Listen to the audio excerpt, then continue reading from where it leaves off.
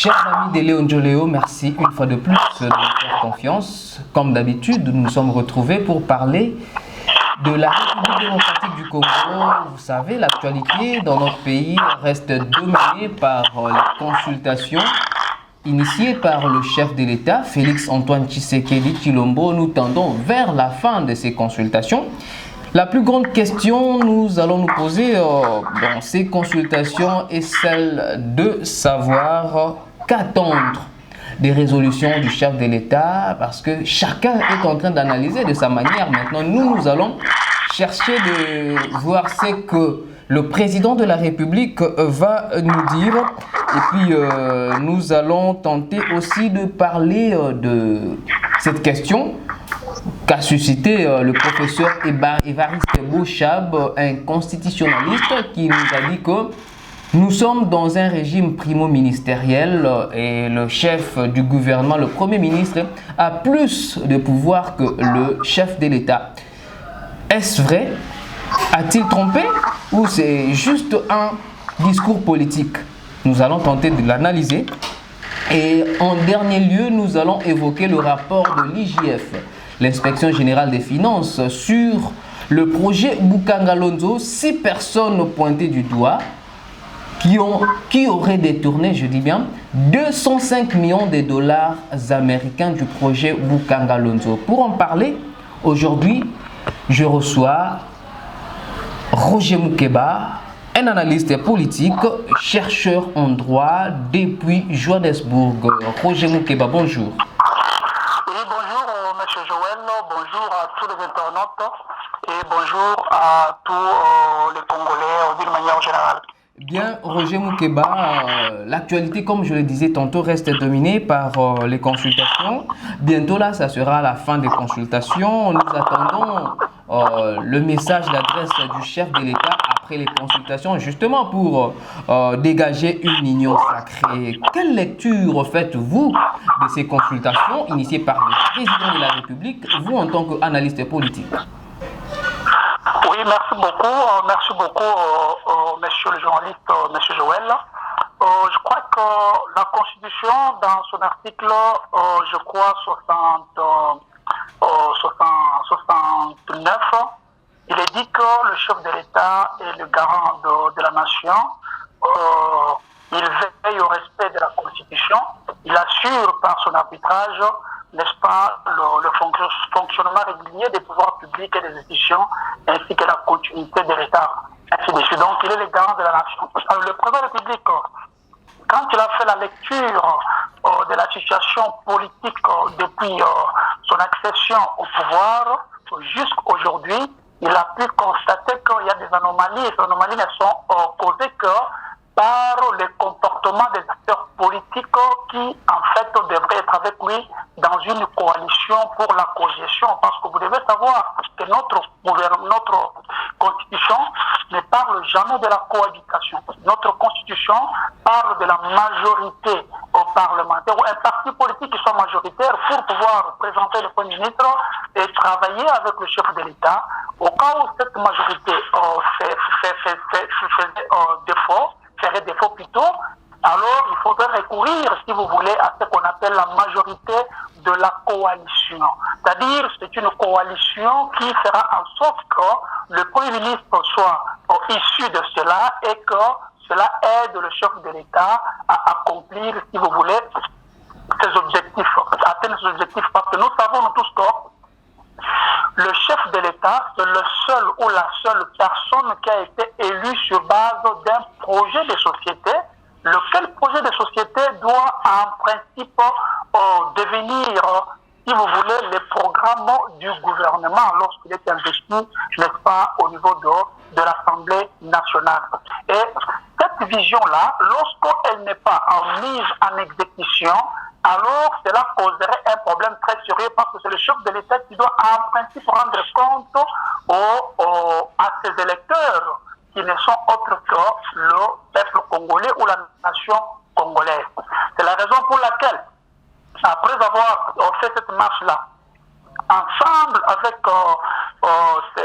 ses partenaires, il a pu constater que les choses n'évoluaient pas, les choses ne marchaient pas. Qu'est-ce qu'il fallait faire? Il fallait tout simplement procéder à ce que lui-même a qualifié l'union sacrée pour la nation. À quoi ça va servir? C'est juste pour, je n'invente rien, c'est pratiquement ce que lui-même a dit, parce que lorsqu'on parle de l'union sacrée pour la nation, c'est tout simplement une coalition de regroupements politiques, de partis politiques, sociétés civiles et consorts, qui doivent former un bloc pour sauver la nation qui est en train de naufrager.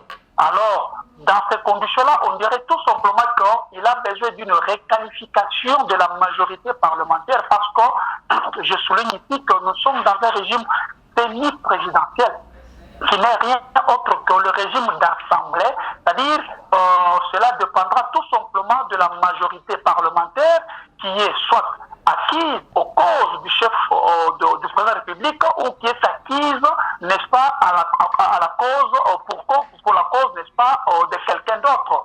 Alors, dans un régime semi-présidentiel qui consacre le bicéphalisme de l'exécutif, c'est-à-dire que l'exécutif a deux têtes. Nous avons le chef de l'exécutif qui est le chef de l'État et le chef du gouvernement qui est le Premier ministre.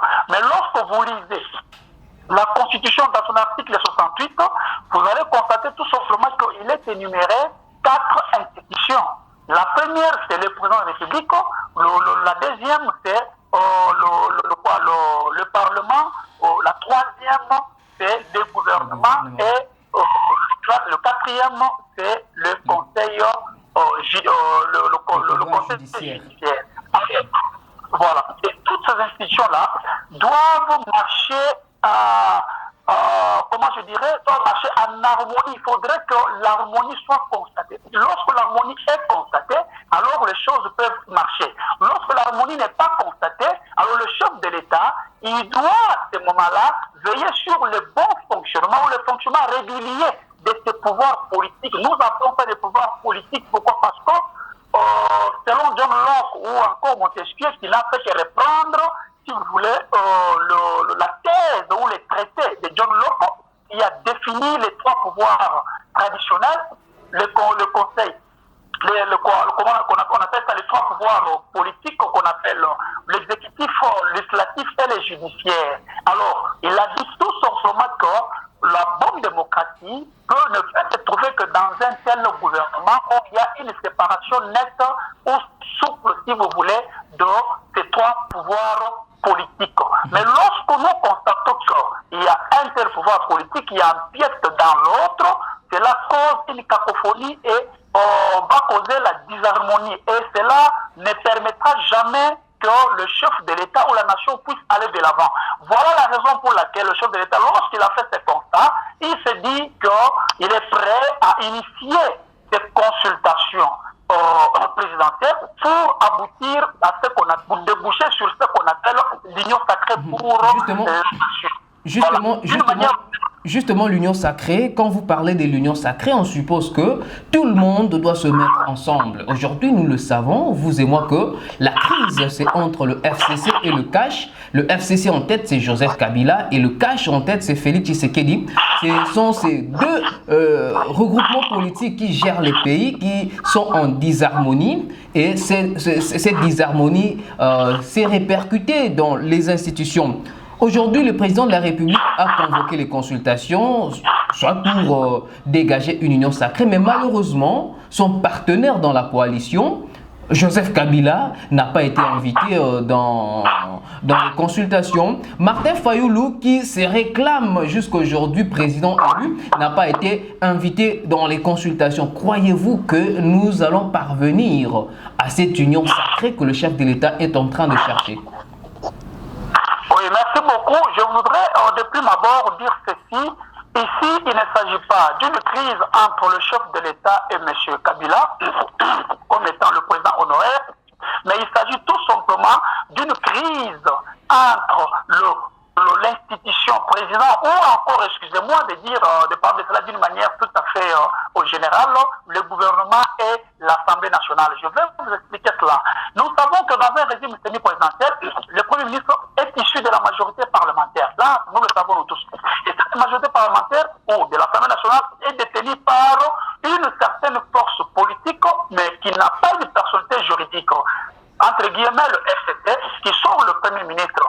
Et étant donné que le gouvernement est l'émanation de l'Assemblée nationale, il ne peut pas faire quelque chose sans qu'il y ait les quitus de l'Assemblée nationale. Pourquoi? Parce qu'il est responsable devant l'Assemblée nationale ou devant le Parlement.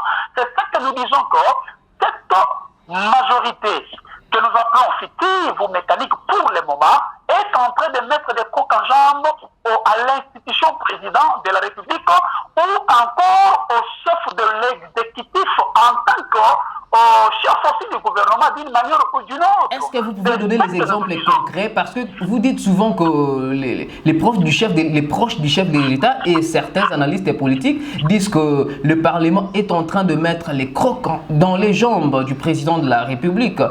Est-ce que vous pouvez partir des exemples concrets pour nous dire, voilà, l'Assemblée nationale a fait ça, ce qui empêche au président de la République de travailler? Merci beaucoup. Je crois que je dirais tout simplement qu'il y a beaucoup d'exemples que nous pouvons énumérer ici. Vous vous en souvenez l'autre fois, le président de la République, il était à Londres, il a tenu un discours devant le peuple congolais. Ceci, on le poussait à dissoudre l'Assemblée nationale, il le ferait. Il va le faire, mais il n'est pas encore là à ce niveau-là. Ok, vous vous en souvenez de recteur, n'est-ce pas, du président de l'Assemblée, du président de l'Assemblée nationale, qui avait dit qu'il serait aussi en mesure de destituer le président de la République, alors que la chose qu'il ne pouvait même pas faire, parce qu'il n'en a même pas de qualité ni les compétences. Ça, c'est de deux. Vous vous en souvenez que lorsqu'il y a eu, le président de la République a signé l'ordonnance décrétant l'état d'urgence, M. Alexis Tambou Mwamba, qui est le président du Sénat, et Mme Janine Mabunda, qui est la présidente de l'Assemblée nationale, ils sont passés, n'est-ce pas, devant le média pour démontrer, selon eux, comment le président de la République a violé la Constitution. Au moment où nous savons que le président de la République n'est pas, ses actes ne sont pas, il n'est pas redevable devant l'Assemblée nationale. Ok, on ne peut même pas débattre de ces ordonnances. Il n'y a que la Cour constitutionnelle qui peut à ce moment-là décider de la conformité, n'est-ce pas, de l'ordonnance prise à ce qui concerne l'état d'urgence ou de l'inconstitutionnalité, n'est-ce pas, de cette ordonnance-là. Mais lorsque déjà le président du Sénat, la présidence de l'Assemblée nationale se prononce là-dessus, c'est pour vous faire voir tout simplement qu'ils ont voulu créer une crise. On y va encore une fois de plus. Vous avez vu avec la nomination ou la prestation de serment de ces trois juges qui ont été nommés récemment, les juges constitutionnels bien sûr, vous avez vu les positions, si vous voulez, de la présidente de l'Assemblée nationale avec leur majorité, n'est-ce pas, de Justement, c'est parce que le président aurait violé la Constitution et eux, ils ne voulaient pas cautionner cette violation de la Constitution. Monsieur Joël, vous êtes un intellectuel. Je crois qu'il y a ce qu'on appelle les conseils exécutifs ou le pouvoir exécutif, le pouvoir législatif. Nous avons aussi un pouvoir qui est là pour pouvoir amener ce qui voulait la justice dans le pays. C'est le pouvoir judiciaire. Mais comment voulez-vous que, et moi et vous, nous pouvons décider de la violation de la Constitution par le président de la République, alors que cela ne peut se passer qu'au niveau de la Cour constitutionnelle, qui a une double mission, je l'ai dit la fois passée, qui a la première mission de la vérification de la constitutionnalité des lois et des actes ayant force de loi, et aussi qui joue le rôle du juge pénal du président de la République, n'est-ce pas? Mais si cette cour ne s'est jamais prononcée là-dessus, mais comment voulez-vous que moi et vous, M. Tamboué et Mme Janine Mabunda, nous puissions nous prononcer là-dessus, soit disant que non, il aurait violé. La violation de la Constitution ne peut être constatée que par la Cour constitutionnelle. Pas même par le procureur général près la Cour constitutionnelle. C'est lui-là qui amène le président devant la Cour constitutionnelle et c'est le juge de la Cour constitutionnelle qui décide, qui dit le droit que le président a violé ou pas. Ça, c'est un débat de caniveaux, c'est un débat des enfants, des gens qui n'ont jamais appris les droits et qui veulent se faire, n'est-ce pas, montrer comme s'ils connaissent les droits. C'est côté, on met ça de côté. Et vous voyez maintenant, le président du Sénat, il a engagé tout le Sénat, alors que c'était son point de vue. elle a encore engagé l'Assemblée nationale. C'est pour vous dire tout simplement qu'il y a une sorte de crise qui est tout simplement causée par la soi-disant majorité parlementaire qui est acquise à la cause, n'est-ce pas, de M. Kabila. Voilà. C'est ce que j'ai voulu faire voir jusque-là, c'est de cette manière-là. Ok. Voilà. Maintenant, vous Oui, allez-y, allez-y. posez la question. Allez-y, allez-y. Je voulais faire voir ceci, que vous savez, bon, je ne voudrais pas, parce que vous aviez aussi parlé du régime primo-militaire et consort, nous allons en venir, je ne voulais pas rentrer d'abord dans... Ça constitue nous y arriverons, mais je voulais épingler quelque chose. Oui. Je voulais épingler quelque chose. Vous savez, il y a de ces pays, par exemple, je crois le Portugal, où vous allez trouver que la présidence du Conseil des ministres est confiée au Premier ministre. C'est-à-dire que c'est le Premier ministre qui convoque le Conseil des ministres et qui, en principe, préside aussi le Conseil des ministres. Mais chez nous, lorsque vous lisez l'article, je crois, c'est l'article, je crois, 79, si je peux m'en souvenir, ok? Il est dit que c'est le président de la République qui convoque, n'est-ce pas, le Conseil des ministres et qui préside ce Conseil des ministres. C'est pour dire que c'est lui le chef de l'exécutif et en même moment, il est aussi le chef du gouvernement d'une manière tout à fait générale. Parce que qui est le chef? Parce que nous savons que l'organe qui gère le pays, c'est le Conseil des ministres. Ok, le Conseil des ministres est au-dessus du Premier ministre. Mais c'est lui qui le convoque, c'est le président de la République. C'est lui qui le préside, c'est le président de la République.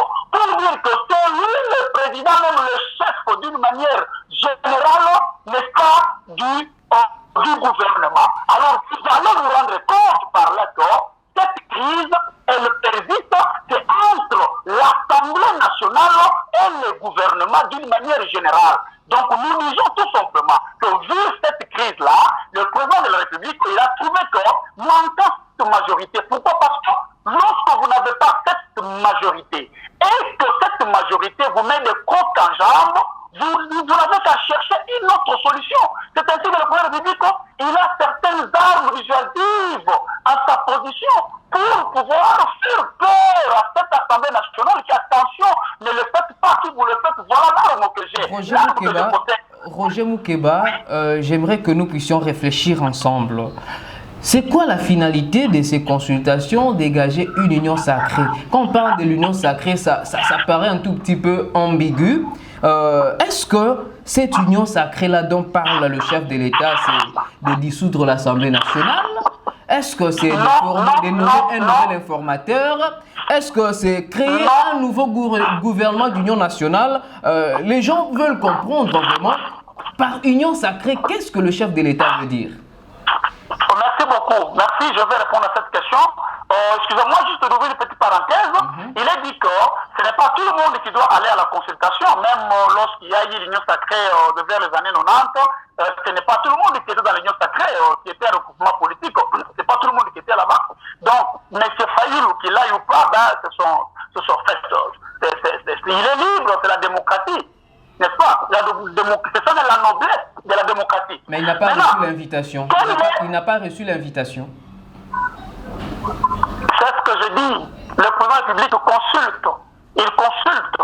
Ce n'est pas une concertation, ce n'est pas un dialogue. Il consulte. Il peut appeler ce qu'il veut.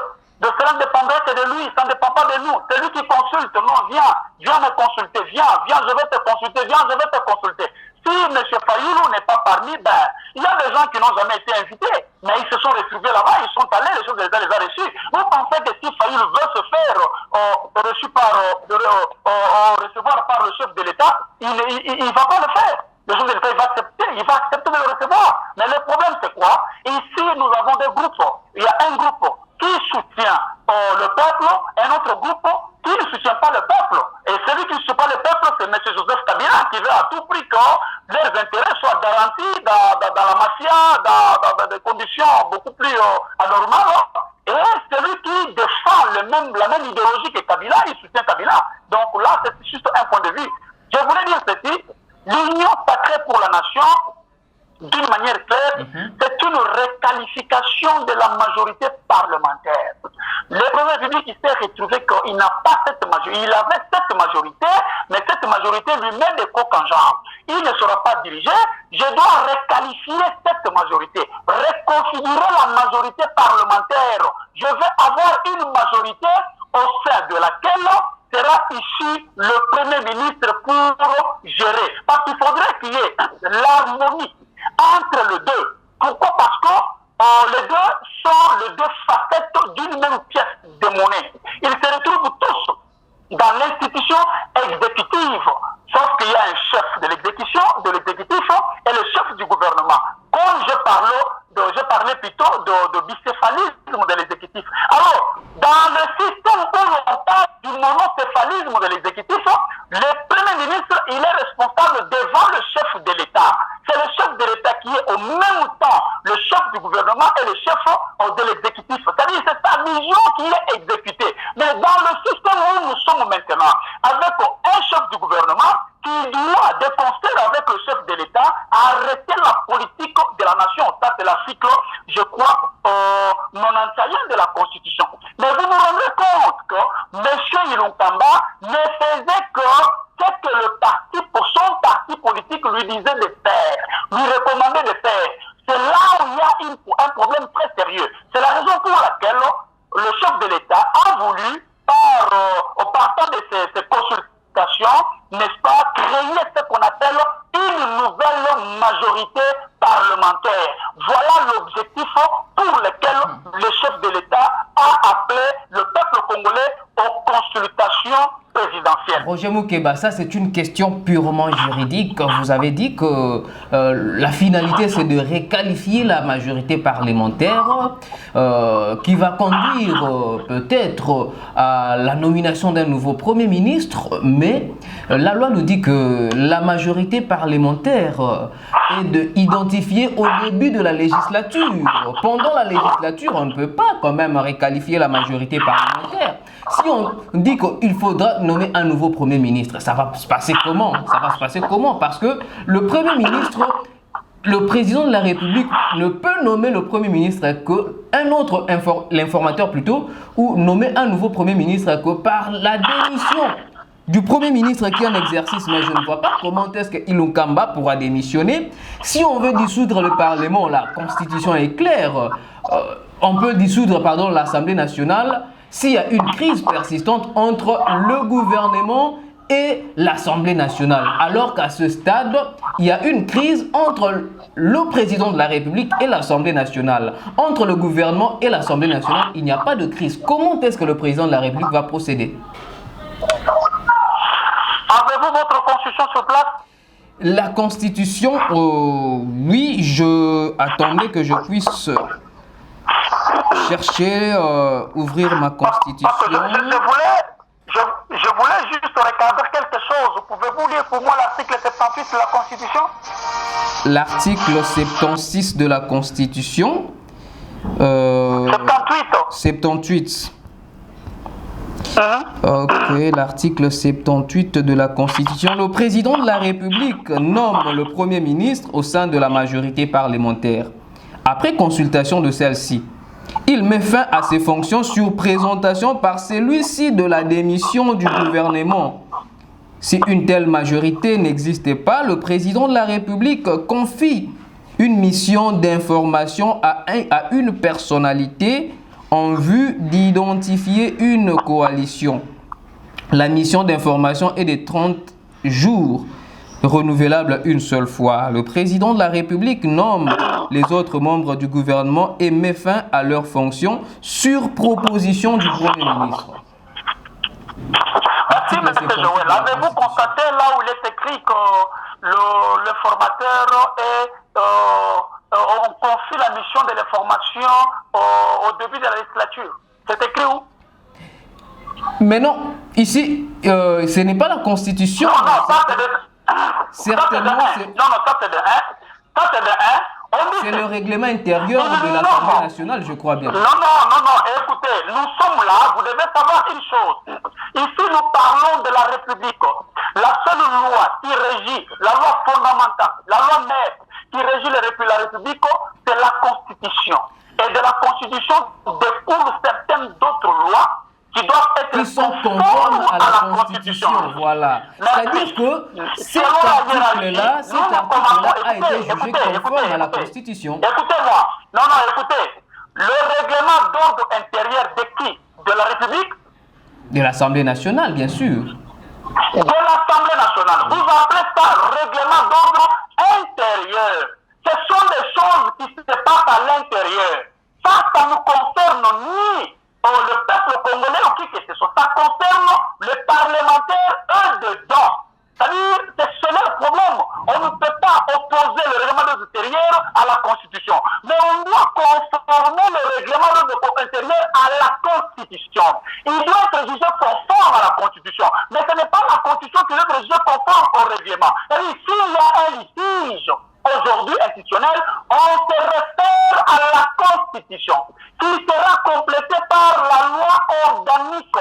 Pourquoi? Parce que c'est une loi que la Constitution a conçue pour pouvoir développer, si vous voulez, ce que la Constitution n'a pas pu développer.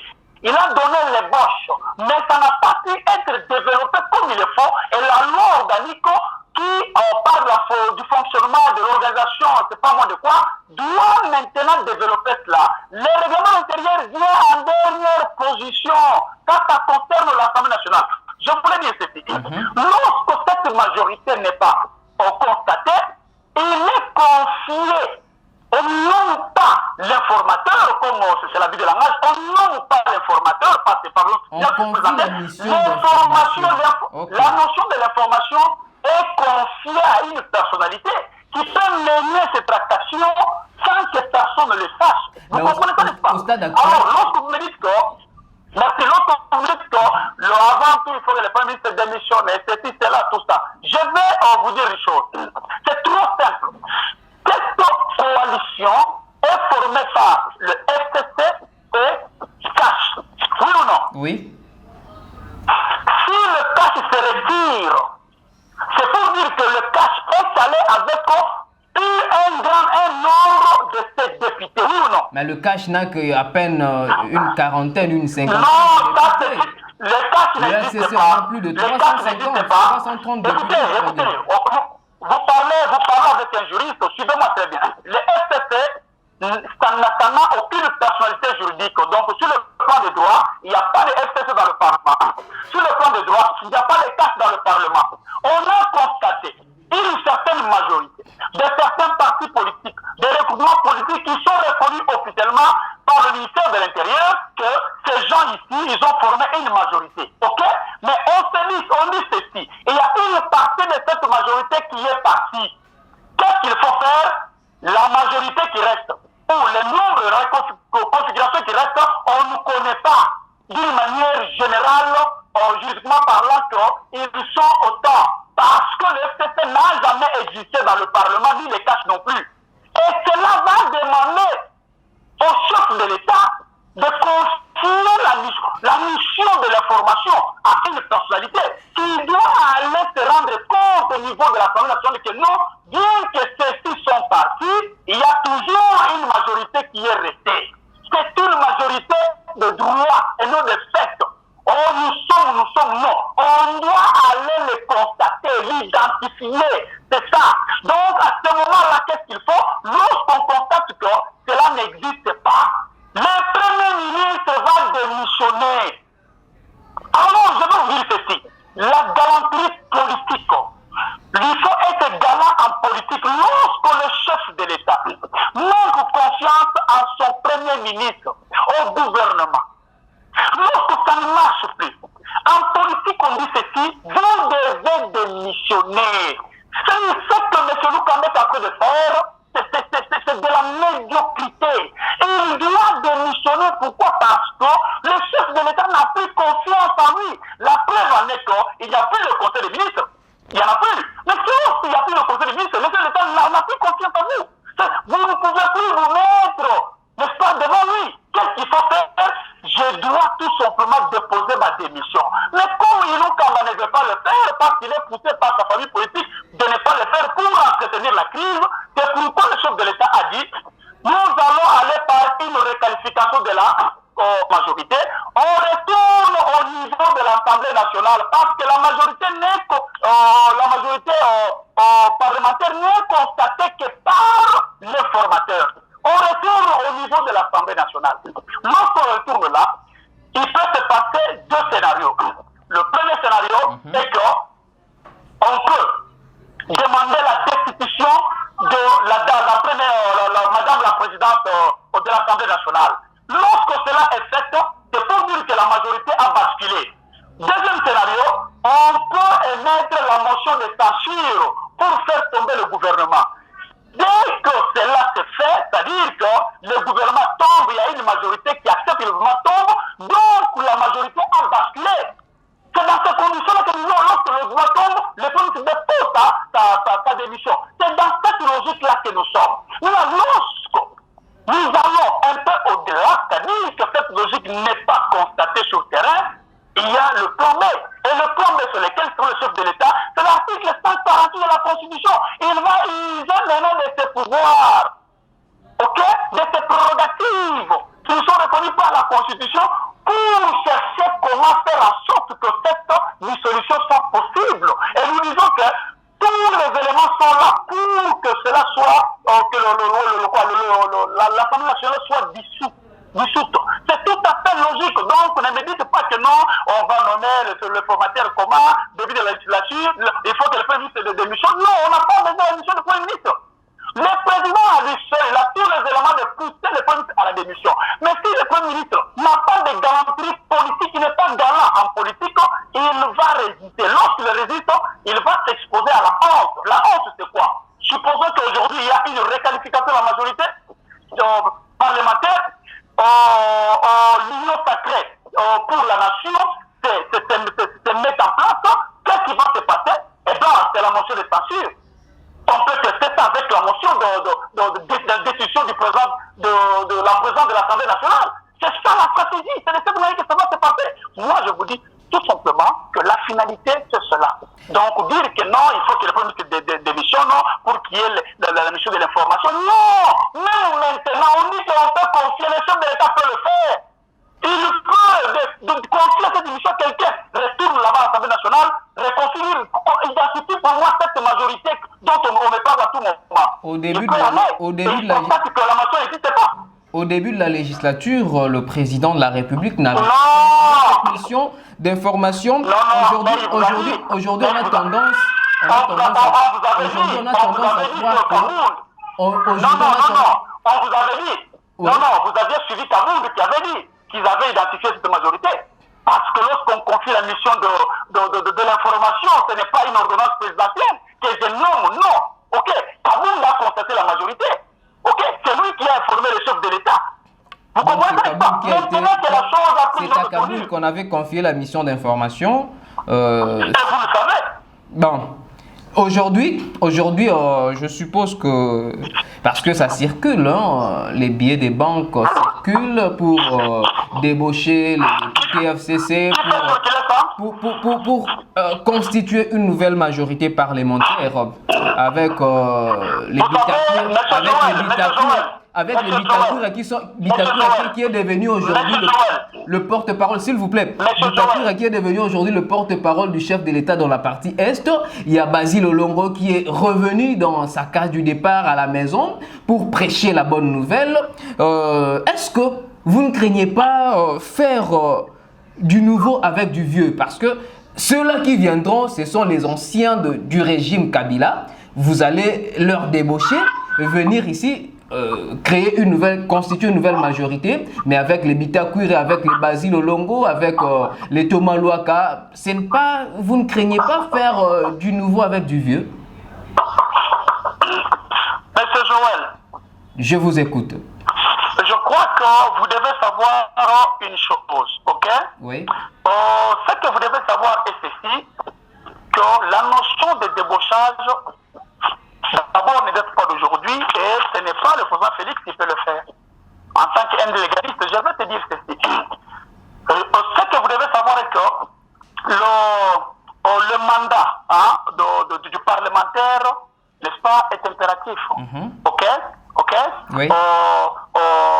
Je voulais dire par là que il n'est pas lié, hein, il n'est pas lié à, comment on appelle ça, il n'est pas lié au parti politique. Okay? Plutôt, il n'y a pas de mandat impératif. Il n'y a pas de mandat impératif. C'est-à-dire qu'il n'est pas lié, à l'idéologie du parti politique. Lorsqu'il s'amène dans l'Assemblée nationale, dans le Parlement, il vient pour défendre les intérêts de la nation. Il doit désobéir. C'est ainsi que lorsque nous parlons des immunités parlementaires, vous vous en souvenez que nous avions parlé des immunités de procédure et des immunités de fond, ou des immunités absolues. Hein? En fait, c'est ce qui concerne, n'est-ce pas, les actes qui ne sont pas détestables de fonction des parlementaires. Je vous avais expliqué cela. Ici, il y a ceci. Chaque député est élu en dehors des députés indépendants. Chaque député est élu sur base d'une liste électorale d'un parti politique ou d'un regroupement politique. Exact. Lorsque vous prenez un député, vous le faites quitter de sa liste électorale, vous l'amenez avec vous. Mais ce député va perdre son mandat. C'est ce que dit la Constitution. Il perd son mandat de député. Mais lorsque c'est le parti politique sur base duquel le député, sur base de la liste sur base duquel le député a été élu, c'est ce parti politique qui t'amène vers le chef de l'État, mais il n'y a pas de perte de mandat. Mais lorsque vous chassez un député de votre parti politique, de votre regroupement politique, vous le chassez, ce député garde son mandat. C'est ça d'ailleurs, au lieu de débaucher les députés, le président de la République a tendance, ou les consultations ont tendance à débaucher les regroupements politiques. Non. Lorsque les députés vont voir le chef de l'État à la consultation, il n'est pas dit que le chef de l'État les a débauchés, non. Ils sont libres de mettre leur point de vue. On ne doit pas le prendre, les enchaîner, faire en sorte que ces gens ne puissent pas bouger. Non, ce n'est pas ça. Ils sont libres.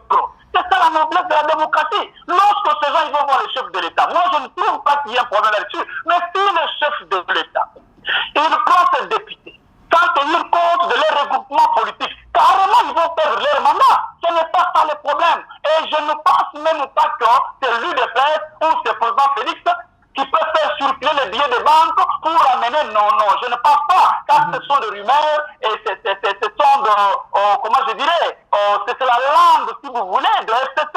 Ils ont toujours été de cette manière-là. Avant de clôturer ce sujet, je vous avais posé une question. Ce sont ces gens-là qui étaient hier avec Kabila dans le régime de prédation. Ils ont volé avec Kabila. Aujourd'hui, ils vont constituer la majorité avec Félix Tshisekedi. C'est ce que je suis en train de vous poser comme question. Ne craignez-vous pas que le président Félix Tshisekedi puisse faire du nouveau avec du vieux? Comme qui, par exemple? Je ne donne pas les exemples individuels, mais ces regroupements-là qui viennent du FCC, quand ils veulent faire une nouvelle majorité avec le chef de l'État, ils ont travaillé déjà avec Joseph Kabila. Venir ici, ils seront certainement avec leurs habitudes du FCC. Si ces gens ont volé, je crois que la justice est là pour se saisir de ces dossiers-là. Ce n'est pas à moi et vous de dire que tel a volé avec Kabila et consort. Donc, en tant que des intellectuels, les gens qui aiment promouvoir l'état de droit, nous ne pouvons jamais dire ça. Si ces gens ont volé, eh bien, la justice est là, il va pouvoir trancher là-dessus. Mais je crois pour ma part que la politique est dynamique. Ceux-là qui ont géré hier, ils se sont rendus compte par après que les choses ne marchaient pas à cause de ceci, à cause de cela. Nous voulons donner une occasion, n'est-ce pas, au président de la République afin de pouvoir gérer ce pays pour que le peuple congolais puisse se retrouver autour de l'article 58 de la Constitution. Eh bien, moi, je ne trouve pas le mal. Je ne trouve pas. Parce qu'il n'est pas dit que non, c'est lui qui s'était mal comporté hier. Que dites-vous de Katumbi? Katumbi a co-géré avec Kabila pendant autant d'années. Hein, n'est-ce pas? Il y a eu des élections fraudées, consorts. C'était avec Katumbi, il était là. Et bien aujourd'hui, vous lui dites que non, voilà, toi tu avais géré avec Kabila, vous avez volé. On l'a toujours reproché, excusez-moi de dire, d'avoir aussi volé. Aujourd'hui, vous me dites que non, voilà, comme il a géré avec Kabila, et aujourd'hui, il veut travailler pour le peuple, on doit le refuser. C'est là. Non, ce n'est pas ça, mon frère. Je crois que tout peuple congolais est là, libre de travailler avec qui que ce soit. Mais si vous vous retrouvez dans la mégestion, dans la fraude, dans les vols, la justice va se saisir de vous, eh bien, ça sera votre problème. Nous devons donner la chance à ces gens de permettre au président de la République d'avoir une nouvelle majorité au sein de laquelle sera issu un premier ministre qui doit être en harmonie avec le président de la République. Si nous considérons le gouvernement comme une institution en rapport avec l'article 68 de la Constitution et le politique comme une autre institution, il faudrait qu'il y ait un fonctionnement régulier entre ces deux institutions. Je fais allusion bien sûr à l'article 68 de la Constitution qui énumère le gouvernement comme étant une institution. Là au moins vous devez comprendre ça. C'est la phrase là que je parle. Donc nous avons besoin d'un gouvernement capable, d'un gouvernement qui travaille pour l'intérêt de la nation, d'un gouvernement qui ne peut pas faire la volonté d'un parti politique comme M. Loukama est en train de le faire. Voilà, je crois que donnons l'occasion à tout le monde, celui qui veut se faire consulter, celui qui veut se faire, qui veut donner son avis sur avis et considération, n'est-ce pas, au chef de l'État, je crois qu'il est libre de le faire. Voilà, Roger Moukeba, rapidement nous allons passer à notre deuxième sujet. Vous avez suivi, comme nous, à Kolwezi, la sortie tonitruante du professeur Évariste Bochab, le constitutionnaliste. J'aimerais citer son propos. À Kolwezi, le week-end, il est établi en République démocratique du Congo un régime primo-ministériel où le Premier ministre a des droits énormes que le président de la République. Et cela doit être appliqué en toute orthodoxie. Avant d'entrer dans le contenu, en tant que juriste, expliquez-nous d'abord, c'est quoi le régime primo-ministériel? Oui, merci beaucoup. Je crois qu'ici, je vais intervenir en tant que scientifique. Je ne voudrais pas parce que la science n'a pas besoin de parti pris. La science n'a pas besoin de fanatisme. On ne doit pas vendre notre science, n'est-ce pas, à cause du ventre. C'est ce qui se fait très souvent avec le grand professeur que nous avons dans notre pays et qui ont causé des problèmes très sérieux de la gestion, n'est-ce pas, du pays. Et je crois qu'il n'y a que deux grands régimes politiques au monde. Ok? Ces deux grands régimes politiques au monde, c'est le régime présidentiel et le régime parlementaire. Ok? Il arrive toujours que ces régimes politiques, leur application n'est pas toujours conforme et n'est pas toujours uniforme, n'est-ce pas, pour tous les États. Pourquoi? Parce que, excusez-moi, il arrive que l'histoire politique et institutionnelle de chaque État, n'est-ce pas, diffère, de chaque État diffère de l'autre, de son histoire politique et institutionnelle. C'est ainsi que vous allez constater, par exemple, lorsque nous parlons du régime parlementaire, vous allez constater qu'il y a des grands blocs. Le régime parlementaire britannique, on dit britannique parce qu'il est issu de là, en principe, ce n'était pas basé sur la Constitution, c'était basé sur les coutumes, la manière dont ils vivaient et consorts. Et nous avons aussi le régime parlementaire du type de l'Allemagne fédérale. C'est-à-dire, ils ont aussi un type, d'ailleurs, leur premier ministre est appelé chancelier, parce que dans ce régime, nous avons toujours les premiers ministres qui sont appelés, tel est appelé le président du conseil des ministres, tel est appelé chancelier, tel est appelé le premier de premier, l'autre tel est appelé, il y a beaucoup d'appellations. Ok? Maintenant, nous avons aussi ce qu'on appelle le régime, excusez-moi, je ne vais pas entrer en profondeur de cela, parce que ce n'est pas un cours, mais je veux juste déboucher sur ce que vous avez appelé le régime primo-ministériel. Ok? Alors, nous avons aussi un régime présidentiel du type américain. Et d'ailleurs, beaucoup de régimes présidentiels ont copié le type américain. Ok, nous avons l'Italie, nous en avons un peu beaucoup, tout ça. Alors, qu'est-ce qui se passe ici?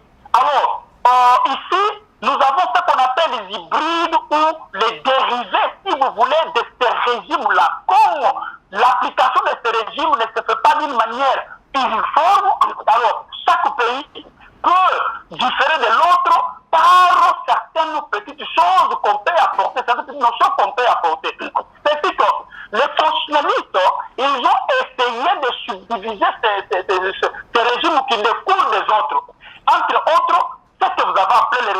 primo-ministériel, qui n'est autre qu'une conséquence possible ou encore une variante du système parlementaire. Je ne sais pas si vous comprenez cela. Dans ce régime, il est dit que le pouvoir est détenu par le Premier ministre, qui est le chef de la majorité parlementaire. Okay? Prenons le cas du Royaume-Uni. Oui. On voit un Premier ministre qui est le chef, bien sûr, de la majorité parlementaire, c'est-à-dire qu'il est même lui-même élu au niveau du Parlement. Parce qu'il se fait toujours que le Premier ministre dans ce régime soit élu au niveau du Parlement. Il est élu et il est investi par l'ordonnance du président de la République. Et ce sont ces premiers ministres-là qui ont une certaine, qui ont des pouvoirs beaucoup plus exorbitants. C'est-à-dire, ces régimes dont nous parlons, il y a comment on appelle ça, la prédominance, si vous voulez, du Premier ministre. Il joue un rôle essentiel plutôt dans la direction politique de l'État. Il détient au même moment le pouvoir exécutif. Je vous ai parlé du bicéphalisme de l'exécutif dans le système semi-présidentiel. Mais dans le régime primo-ministériel, vous allez constater que le Premier ministre, il détient à lui seul le pouvoir exécutif. C'est-à-dire que c'est comme si on a consacré le monocéphalisme de l'exécutif. Ok? Le monocéphalisme de l'exécutif. Qu'est-ce qu'il y a comme conséquence lorsque nous parlons de ce régime-là? Vous pouvez trouver dans ce régime le Premier ministre qui nomme d'autres membres du cabinet gouvernemental. Il peut les nommer et il peut les révoquer sans pouvoir demander l'avis du président de la République. Dans ce régime, il est dit que le chef de l'État, il a un pouvoir protocolaire. Qu'est-ce que cela signifie? Je vais expliquer cela, le pouvoir protocolaire. Il a certaines prérogatives, mais il les exerce sous forme de... ces prérogatives sont protocolaires. Il les dispose lorsque le Premier ministre en a besoin. Je prends un exemple. L'article 148 de la Constitution. Le Premier ministre veut la dissolution de l'Assemblée nationale.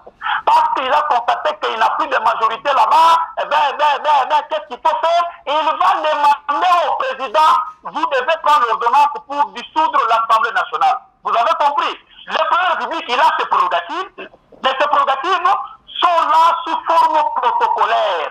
Il ne les dispose que sur demande du Premier ministre.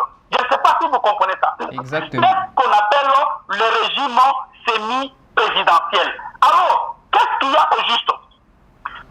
Le constituant chez nous, il a voulu introduire ce qu'on appelle le principe d'une séparation fonctionnelle entre le président de la République et le Premier ministre. Qui en principe, comme je l'ai dit, que ce sont juste les deux facettes d'une même pièce de monnaie, qui constituent deux, qu'ils sont le pouvoir exécutif, dont le chef de l'exécutif est le président de la République, et le Premier ministre est le chef du gouvernement. D'ailleurs, la preuve en est que, lorsque vous lisez l'article, je crois, 79 de la Constitution, il est dit que le président de la République convoque, je peux lire ça avec vous, c'est beaucoup plus mieux, pour ne pas dire des choses qui ne sont pas correctes, excusez-moi, 2 minutes. Vous avez dit l'article 79.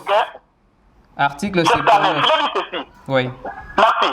Le président de la République convoque et préside les conseils des ministres. En cas d'empêchement, il délègue ses pouvoirs au Premier ministre. Et ici, vous constatez, ils sont très importants. C'est le président qui est le président du conseil des ministres. Je vous ai dit qu'au Portugal, nous avons un Premier ministre qui est le président du conseil des ministres. C'est lui qui préside, c'est lui qui convoque. Mais ici, on vous dit que le président, il est le président du conseil des ministres. C'est-à-dire qu'il est le premier chef du gouvernement. Le Premier ministre n'a pas le pouvoir ici. C'est lui qui convoque l'organe supérieur qui gère la nation, qui est le conseil des ministres, dont fait partie le Premier ministre, et c'est lui qui le préside. S'il ne le fait pas, le Premier ministre n'a aucun droit de le faire. C'est-à-dire, le pouvoir exorbitant ici est entre les mains du président de la République. Par là, vous voulez dire que... Par là, vous voulez dire que l'éminent professeur Évariste Bochab, le constitutionnaliste, a tapé à côté. Non, je continue. S'il te plaît, je continue d'abord. Oui. Vous allez pouvoir essayer de trouver, en fait, on va conclure. Je ne voudrais pas entrer dans un débat avec le grand professeur, le savant que je connais, Foster Bochab, mais je suis en train de parler du régime primo-militariel. Oui. Et je ne pense pas que le professeur Mata ou un autre professeur peut me contredire là-dessus. Je dis tout simplement que c'est un système qu'on appelle ultra-parlementaire.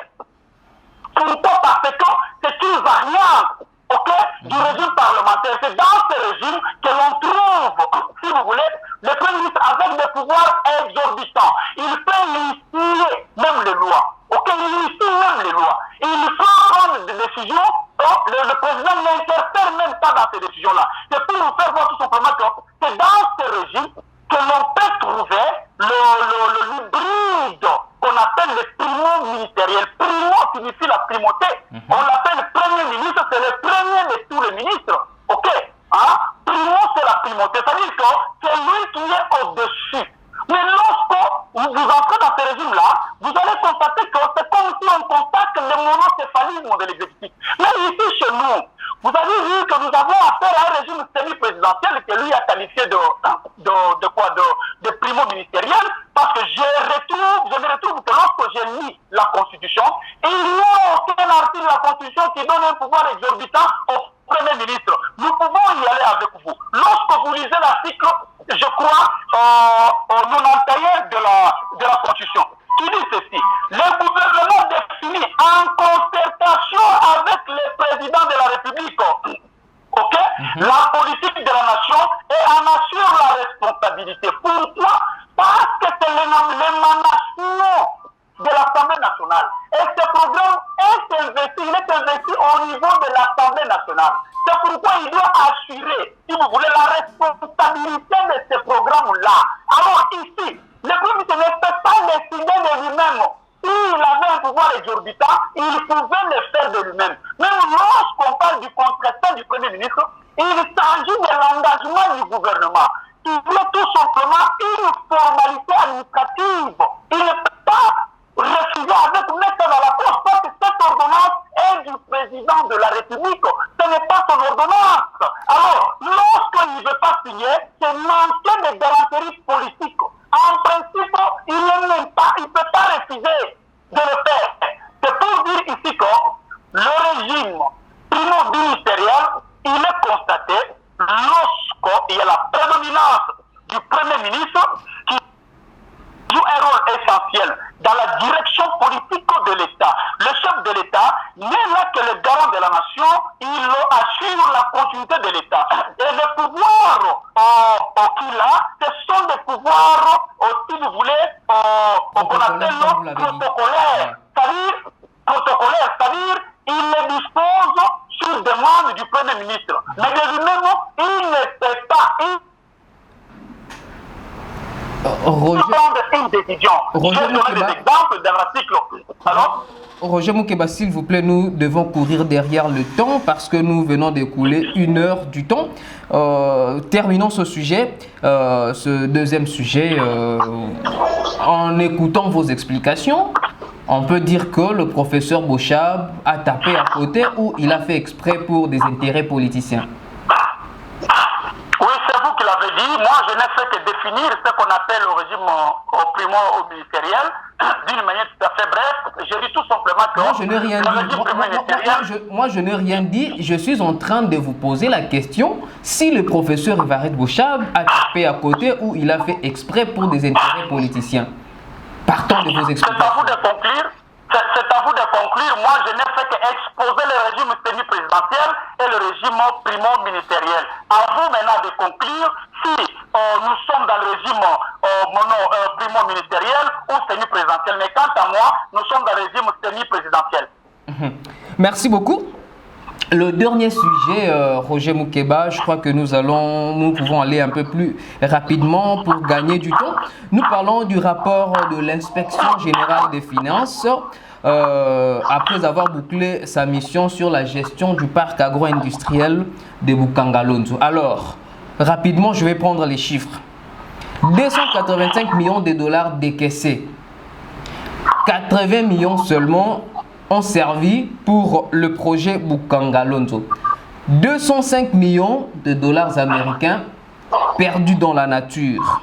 Alors, l'IGF identifie 6 personnes qui seraient les détourneurs, si je peux dire ainsi. D'abord, en écoutant ces rapports de l'IGF, vous étiez stupéfait. Et puis, bon, d'abord, cette question, vous étiez stupéfait en écoutant ce rapport de l'IGF? Allô, oui? Oui, je vous écoute. Je posais la question si vous étiez stupéfait. Oui, oh. Non, je ne l'étais pas. Je ne l'étais pas, excusez-moi, juste une petite parenthèse, que je convie seulement le peuple congolais de comprendre le régime des Royaumes-Unis. Vous allez constater qu'il y a un peu l'accent sur les primo-militaires, c'est de lire aussi la constitution, si vous voulez, des Indes. Vous allez constater qu'il y a les primo-ministériels. Alors je crois que ce débat est clos. Si vous voulez avoir tout un grand sujet, en fait, toute une heure là-dessus, là prochainement nous pouvons faire ça, nous allons parler de ça petit à petit, développer le tout. Ce ne sont que des hybrides. Bien que vous n'avez pas été à mesure de nous dire si le professeur Boucha va taper à côté. Mais je l'ai dit de par mon exposé. Que le professeur s'est trompé. Merci. Rapidement, le deuxième sujet est le rapport de l'IGF avec les chiffres que je viens d'énumérer, si je peux rappeler. 285 millions de dollars décaissés. Ok, je continue. Oui, j'ai compris. Oui. Je ne dis pas qu'il est un faux professeur, je dis c'est moi qui s'est trompé. C'est un peu cela. Ben, il y a 285 millions de dollars qui ont été décaissés pour, n'est-ce pas, cette firme, si vous voulez, agro-industrielle de Bukangalonzo. N'est-ce pas? Oui. Et je sais que cela a été inauguré en fanfare en 2014 par Joseph Kabila, avec plus de 80 000 hectares. Ça, au moins, vous le savez. Et pour les gens qui connaissent, je crois que c'est entre Congo et Kwilu, n'est-ce pas? Oui, Congo et Kwilu, hein? Entre Congo et Kwilu, deux provinces. Voilà, c'est ça.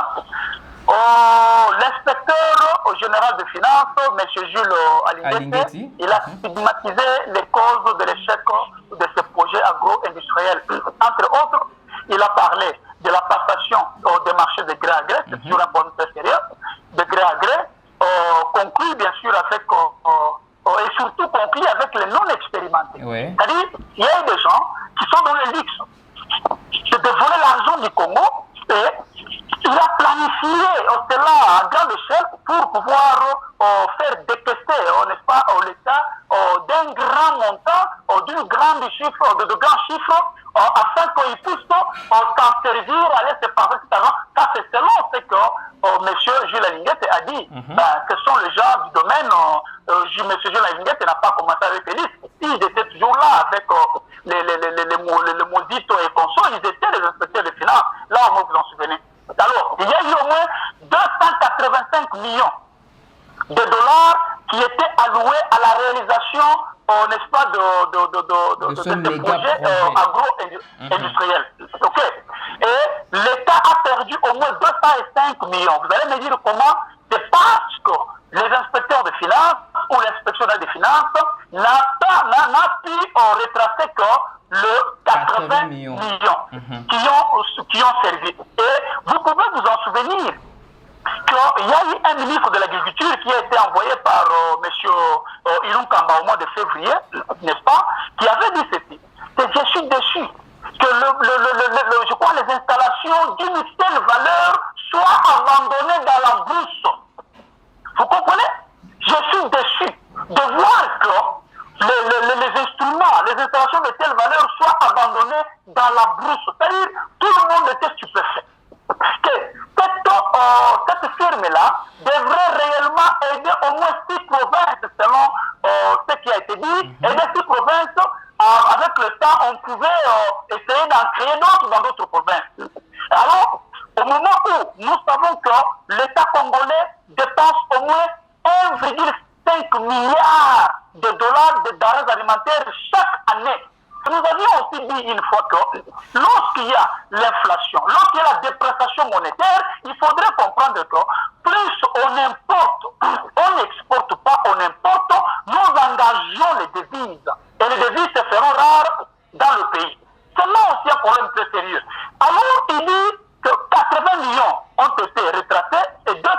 millions, c'est entré dans les poches de 6 personnalités. Et ces 6 personnalités, il a bien dit, 3 sont couverts des immunités parlementaires qu'on appelle les immunités d'inviolabilité.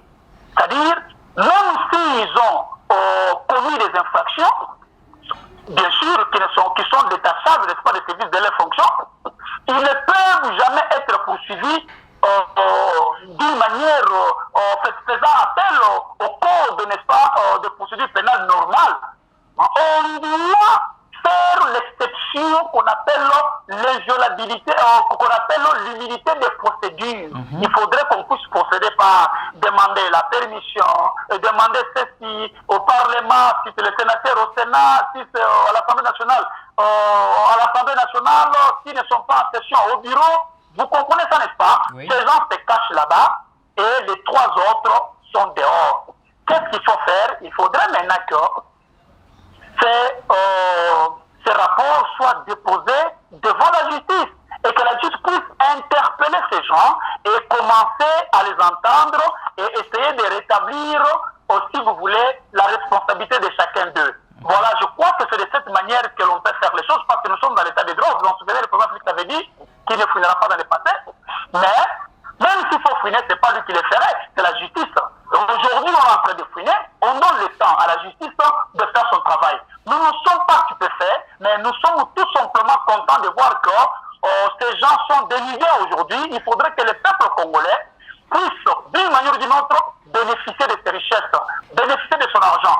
Le budget est moindre. Vous avez vu le budget que le peuple a déposé au niveau de l'Assemblée de 6 milliards et quelques. 6 milliards. Au moment où nous voulons atteindre 20 milliards et consorts, mais l'argent de l'État, qui n'est pas canalisé, entre dans les poches des gens et les tactiques de FCC. C'est la raison pour laquelle vous voyez que ces gens sont en train de lutter pour conserver pratiquement le statu quo, de manière à ce qu'ils ne puissent pas être jugés, de manière à ce qu'ils ne puissent pas manquer à manger, de manière à ce qu'ils ne puissent pas être redevables au peuple congolais. Je crois pour ma part que le travail qui a été fait, c'est un travail titanesque et ça demande à ce que la justice, qu'on n'arrête pas à ce niveau-là, la justice puisse se saisir du dossier et que ces gens soient, n'est-ce pas, déférés devant la barre et que cela soit comme un procès pédagogique parce que vous savez que lorsqu'il y a un procès, il n'est pas toujours question de la justice, il est aussi question de la pédagogie, de manière à ce que les gens qu'on est en train de condamner parce qu'ils ont détourné les deniers publics, lorsque les autres qui sont derrière eux voient cela, ils vont pouvoir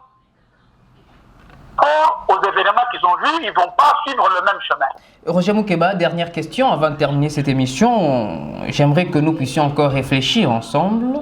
L'IGF n'a pas cité les noms de ces 6 personnes, mais en tant qu'analyste, connaissant les événements tels qu'ils se sont déroulés, est-ce que vous pouvez avoir l'idée de certaines personnes qui peuvent se retrouver dans ces 6? Parce qu'il y a quelque temps, on nous parlait de l'ancien Premier ministre Matata Ponyo qui avait sémé le maïs au Congo et a récolté l'université au Maniema. Est-ce qu'on peut avoir l'idée de ces gens-là qui peuvent être sur la liste de ces 6?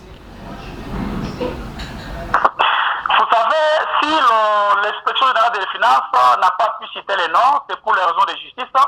On ne peut pas le dire ainsi parce qu'on donnerait la chance à ces gens, n'est-ce pas, de prendre la poudre d'escampette. Alors je crois pour ma part que M. Matata Ponyo est déjà connu parce que c'est lui l'initiateur, même il était le Premier ministre à ce moment-là, c'est lui qui débloquait l'argent avec son ministre des Finances, vous vous en souvenez. Mais citer les noms, je crois que je vais aussi me réserver à le faire, sinon je mettrai la charrue devant le mur.